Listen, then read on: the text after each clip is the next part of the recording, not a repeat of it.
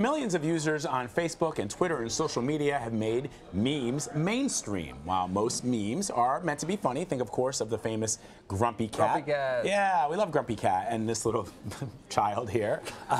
There are others though that are not so funny. They can be racist, sexist, and homophobic. So a recent report out of the University College London explored how memes created by small fringe web communities wind up on the screens of millions of people online.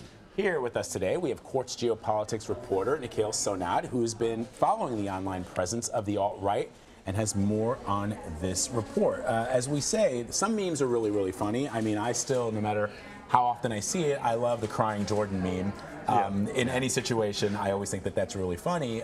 But there has been a rise in memes that are propagated by alt-right and fringe, and in some cases, racist organizations. Yeah, certainly. And one of the things that's difficult about us kind of defining these is that all of these different communities have their own definitions of what they think is funny or their own senses of humor. So what you might consider, what we might consider a racist meme is kind of spread in an ironic way in some of these communities, which makes it harder to police because they can always hide behind this idea that it's ironic or it's funny or something like that, which makes it much harder for us to define it as kind of objectively bad or good. But because what we think is deeply offensive, these groups think is funny or can be ironic in some way, we really have no recourse to challenge that. Your article mentions how memes can weaponize information. So how do we combat that? Well, that's exactly what I'm talking about. One of the difficult things in trying to combat this is what we can define as whether it's weaponized or whether it has some political agenda, because these groups are very web savvy. These groups that are creating these memes, they understand that when you're in this sort of internet environment, you can always hide behind free speech. You can always hide behind humor and irony. And so it's really hard for us to combat it. I think that one of the things, my personal view is that one of the things that these tech platforms have to do is be more aggressive, be more willing to say when something is hate speech versus free speech.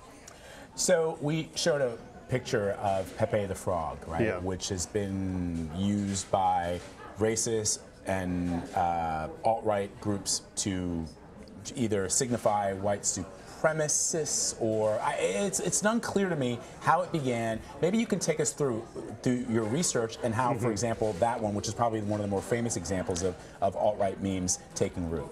Yeah, I mean, that one is very interesting because it really started in these alt-right communities that were identified explicitly sometimes as white nationalists, which is to say, you know, a group that thinks that the United States should only be for white people and all other races should go somewhere else. And what they did is they took this drawing of a frog that was just some internet cartoonist had made. It had no political agenda at all. They appropriated it and made it into some kind of symbol, some kind of mascot for their movement. But because it was originally had nothing to do with this, it explicitly, if you look at it, it has no obvious connection to white nationalism. Because of that, this meme that was created in these alt-right fringe communities slowly spread, and the study that you mentioned had ranked different memes in different communities, and some of these Pepe memes are just as common on Twitter as they are in these fringe communities, because if you're someone who's seeing this for the first time, you're not going to know that it has these other connotations in these fringe groups.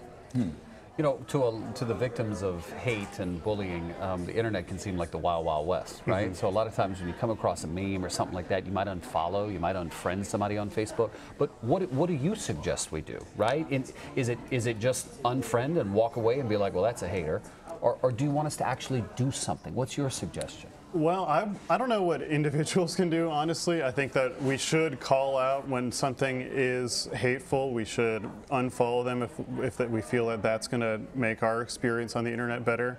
But I think that there needs to be a more top-down approach. I think that the tech platforms like Twitter and Facebook need to be more aggressive about fighting these kinds of things.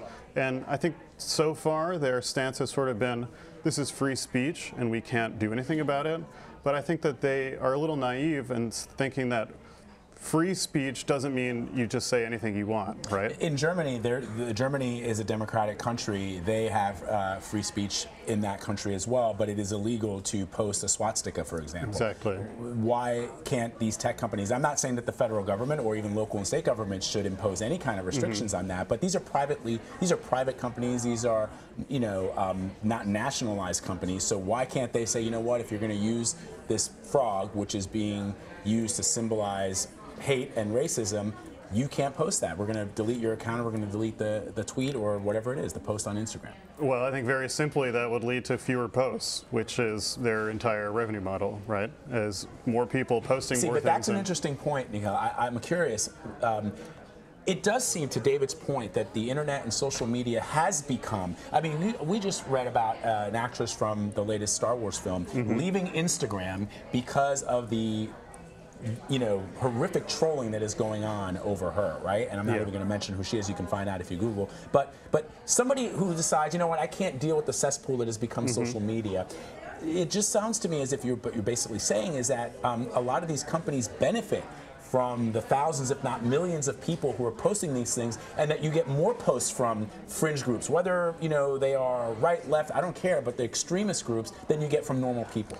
Yeah, I mean, I think when this whole social media, social networking thing started, we had a very utopian vision of what it would lead to. Everybody sharing and holding hands, and people of all races, anonymous. And I think what we found is that the internet, especially when it's driven by advertising and by these kind of attention-grabbing things, it rewards negativity much more than it rewards positivity. Those are the kinds of things that spread the most. Those are the kinds of things that can influence elections. But negativity here, I mean, we're asking Facebook, I'm sorry, devil's advocate here, we're asking Facebook to get involved, right? What might offend you may not offend me, right? And so how do we start telling them, well, take down Vlad's offensive post, but Begno wasn't really that offended by it?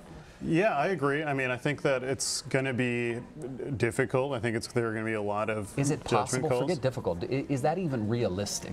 Well, I think in the case of Germany, I think you have cases where there are many difficult free speech issues in any society, and I think that some societies have done a better job of handling it than others. And I think at the end it's going to come down to, it's a good point, David, it'll come down to, look, there is a historical reason why the swastika is illegal in Germany. That Pepe the Frog, somebody could say, well, no, it's not what you think it is at all. It's just a cartoon frog. Right. And maybe it's better at the end of the day if private sector is doing this kind of restricting things and not the government. Sure. I mean, I think the government could say something like, something broad. I don't think they would have to say these are the 50 memes that we're not going to allow or something like that. But I think, we were talking earlier about these companies benefiting from people posting negative things, but I think that that's a very short-term way that's a short-term approach to their business, because you see people getting really upset at them, you see people trying to leave, you see people saying, how can I stop using Facebook and Google? And so I think that it's a more long-term benefit for them to think about how to create more positive experiences. It's a fascinating discussion. I hope nothing ever I don't find Crying Jordan offensive at all. I think it's one of the great memes. I love memes. I think memes are the best. And also the video diss of like the guys like, I love that. That's like one of my favorite memes ever. Meme us. Don't do that. Might have asked for more than I want. Yeah, exactly. Nikhil, thank you so much for stopping by. Thanks a lot. Thank you.